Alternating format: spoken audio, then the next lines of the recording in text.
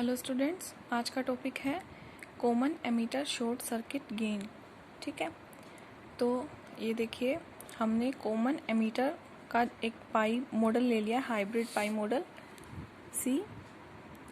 यहाँ पे जो हमारी इनपुट वोल्टेज होगी वो होगी वोल्टेज ऑफ बेस एमीटर।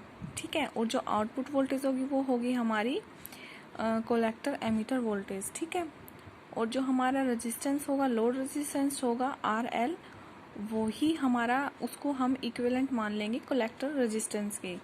ठीक है, फिर हमारा ये देखिए RBB डैश रेजिस्टेंस है, कैपेसिटर लगे हुए हैं इसके अंदर, capacitor of BE, capacitor of B dash C, B dash E। ठीक है, तो यहाँ पे हमने क्या किया, मान लिया कि हमारा जो लोड रेजिस्टेंस है RL वो इक्वल टू है RC के। यहाँ पे हमने क्या किया, single stage CE transistor amplifier लिया है। ठीक है, जो लोड रेजिस्टेंस है RL, जो हमारा कोलेक्टर सर्किट रजिस्टर है, तो इसलिए हमने RC is equal to RL मान लिया है।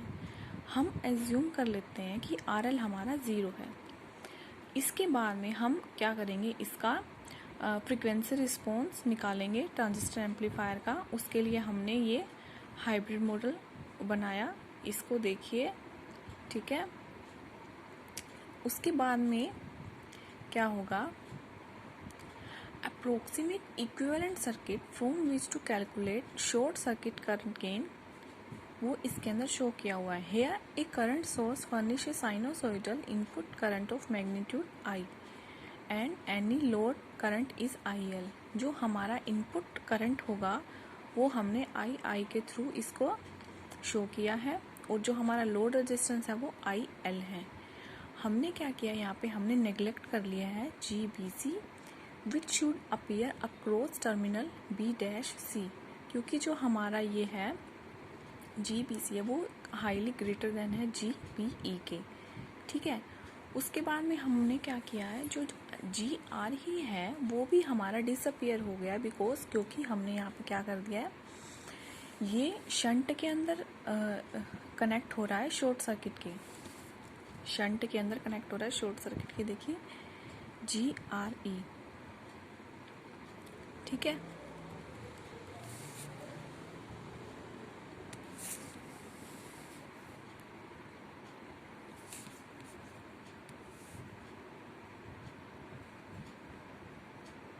उसके बाद में आता है हमारा अल्फा कट ऑफ फ्रिक्वेंसी।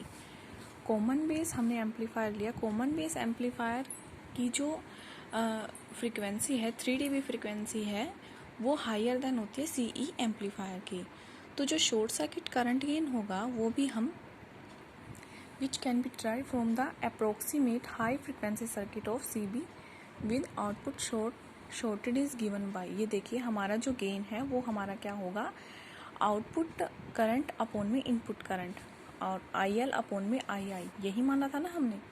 ठीक है, तो हमने उस जो सर्किट शो हुआ था उससे हमने ये वाली वैल्यू निकाल ली है, -HFP अपॉन में I plus J F upon में F अल्फा। F अल्फा है वो हमारी वैल्यू है F अल्फा की 1/2 पाई RBC bracket 1 plus HFB CBC। ठीक है, तो जो हमारी ये किसके इक्वल टू भी मान सकते हैं हम, HFE अपॉन में 2 पाई RBE CBE। ठीक है, जो हमारी ये देखिए ये डायग्राम फ्रीक्वेंसी है, इधर करंट है, ये हमारा कॉमन एमीटर का है। ठीक है, ये गेन बैंडविड्थ प्रोडक्ट को शो कर रहा है। जो हमारी ये लाइन है ये हमारी क्या है, अल्फा कट ऑफ है। ठीक है, ये वाली पॉइंट है हमारा, ये है बीटा कट ऑफ। ये कॉमन बेस के लिए है, ये कॉमन एमीटर के लिए। ठीक है, तो हमारा क्या होगा, जो हमारा अल्फा कट ऑफ फ्रीक्वेंसी है, जो FA है वो हमारी अल्फा कट ऑफ फ्रीक्वेंसी है, एट विच जो common base short circuit small signal है वो फॉरवर्ड, उसका जो फॉरवर्ड करंट ट्रांसफ़र रेशियो है AI वो ड्रॉप डाउन हो जाएगा 3 dB एट लो फ्रिक्वेंसी पे। लो फ्रिक्वेंसी की मान ली हमने 1 किलो हर्ट्ज़, ठीक है, जो इसके अंदर शो हो रहा है, देखिए 1 किलो हर्ट्ज़ के ऊपर ये हमारा ड्रॉप डाउन हो रहा है। 3 dB फ्रिक्वेंसी है जो कॉमन बेस की, ये 3 dB, इसके ऊपर हमारा 3 dB पे ड्रॉप डाउन हो रहा है ये, ठीक है। ये है, नेक्स्ट आता है हमारा गेन बैंडविड्थ प्रोडक्ट।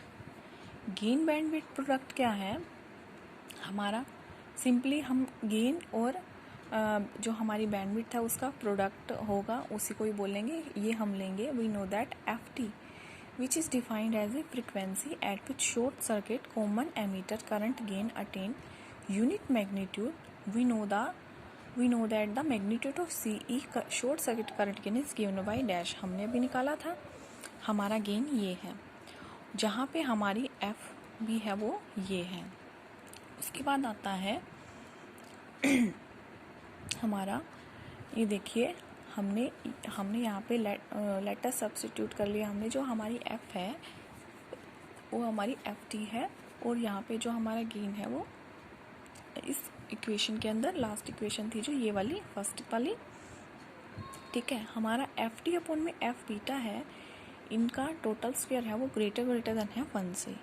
तो ठीक है, हम उस इक्वेशन को जो पीछे दिखाई थी हमने FT, उस इक्वेशन के अकॉर्डिंग हमने यहाँ पे इसके अंदर वैल्यू पुट कर दी।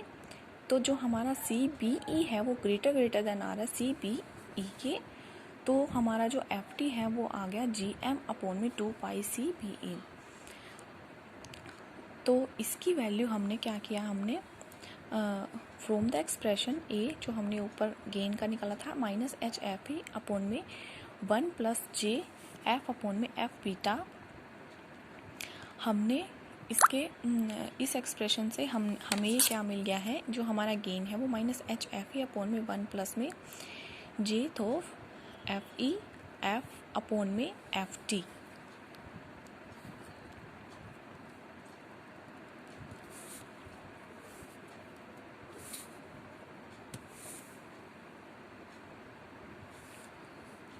नेक्स्ट है हमारा frequency response of N amplifier.